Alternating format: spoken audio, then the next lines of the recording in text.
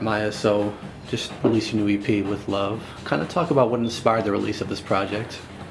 What inspired the release of With Love was the date, February 14th, Valentine's Day, which marks the 16th anniversary that I released my very first single. Right.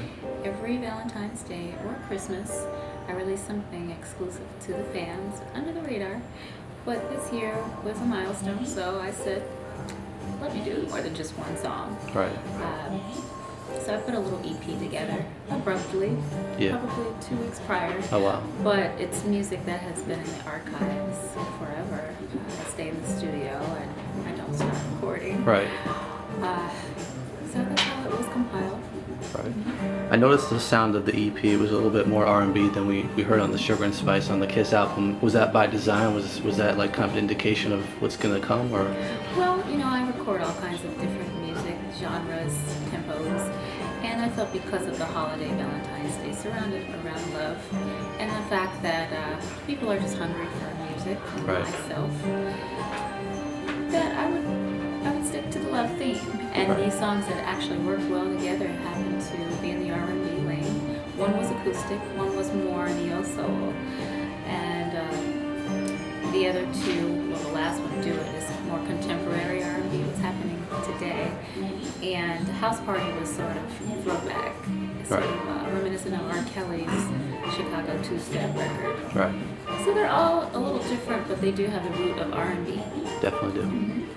Now, you mentioned you're always in the studio recording, and it's been 16 years since that first single, like you mentioned.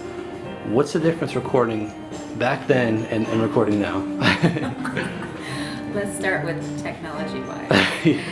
Recording today versus recording back in 1997 when I began recording the first album. Well, I recorded to something called to tape when we first started, and that means that you have to be very precise in how you're recording and rehearsing before you show up to the studio. Right. We don't spend time in the studio back then writing songs. We're prepared to go in and knock it out. Right. And knock it out within hours to a day. Nowadays, you can take as many days as you'd like with Pro Tools or different kinds of software through the laptop, and you can even mix records internally on a laptop. So the process is a lot quicker nowadays. Right. The quality of the recordings has depreciated compared to the earlier days with more advanced technology, I'd say. Right. Dinosaur technology. But you can do things in a bathroom or a hotel room nowadays and keep the vocals, and they actually sound great with different plugins, is what they call them. And it takes less time. A lot of music that's out today, whether it's hip hop, etc., is usually done right out of the laptop. Right. So everyone's eating, and everyone has a place in the marketplace. It's pretty cool. Yeah. Cool. It's a transition. Nice. So your last 2 albums, they were released first in Japan. What do you think made you go that route? Because I know a lot of people, here in the U.S. appreciate your music as well. Well, doing a business venture in Japan started at the beginning of my independency as an artist. I had just left the major system. Right. My album that was slated to come out in 2007, Liberation on Motown, was accidentally leaked in Japan. They forgot to tell them to pull it back when they changed the release date. So that was out in Japan, just digitally. And Japan said, hey, we're interested in you coming over here and doing some exclusive work with us in this one territory. We love the album you just put out. And I didn't technically put it out, it was a mistake. So I said, well, I can spend some time in court fighting the label from negligence, or take this independent route. Yeah. Because the opportunity came, I decided that I would take advantage of it and see what it was all about. I would get to own my own masters. Right. And produce my own records, cast the producers that I'd like to work with. So I creatively got involved over time, and something that the major label system was involved in at all times. There was absolutely no interference. We maybe had a meeting or two, and we picked some records out after I recorded them, And I began to develop a team of writers and Right. producers and musicians, and it was a new experience for me, and I think it's really helped me evolve as an artist. Right. That phase of doing things internationally, developing the show as well as recording in the studio. So it was just a business move. Right. And this album, which was the last album I released in Japan, I did a U.S. Canada version as well as a world version as well. I always hear from R&B artists that the Japanese have such an appreciation for R&B, even when the U.S. doesn't tend to appreciate them. You know, after years, they've been out for years. What is your Japanese fan base like compared to U.S. fan base? It's hard to say. You know, I'm not a girl that studies numbers or statistics and all of that stuff. They're very receptive, I can say that. Mm-hmm. But they're very receptive in the United States as well. Okay. I think the United States has expectations. This is where I'm from. You know, I put out a lot of records in the United States, primarily, and did my promotion Right. early in my career here, predominantly, and then went overseas.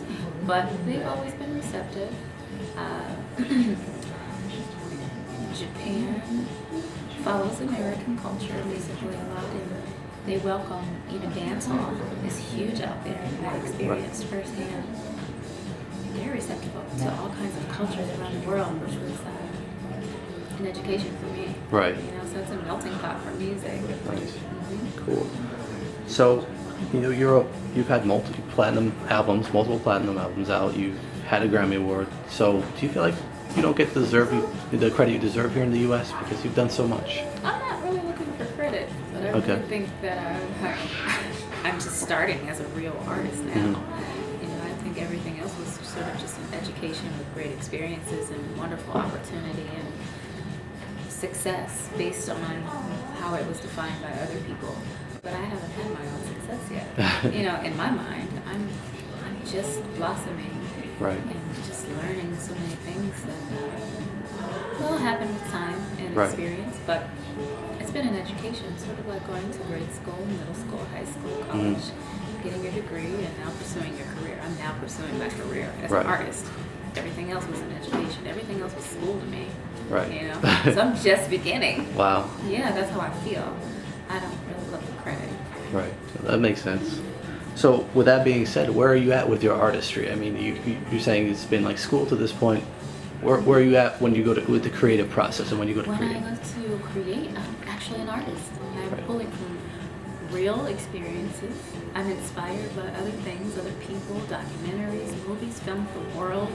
I have a global perspective on people and cultures, religion even, politics, things that are outside of myself that I have opinions about. And then there's the love life or the lack of love life. Right. You know, you pull from different experiences, girlfriends, but they're real. Whereas when you're 16 years old in a studio, you're being fed songs. Right. I'm also assembling many different kinds of things, whether it's casting people and talent from the area that I grew up in, which does not have much opportunity in the massive arts, and we're going to Africa and Australia and making other people's dreams come true, and seeing that is worth so much, you know, versus being alone on the road all the time and being with work for hire. There's passion in it like never before, and it's not mechanical.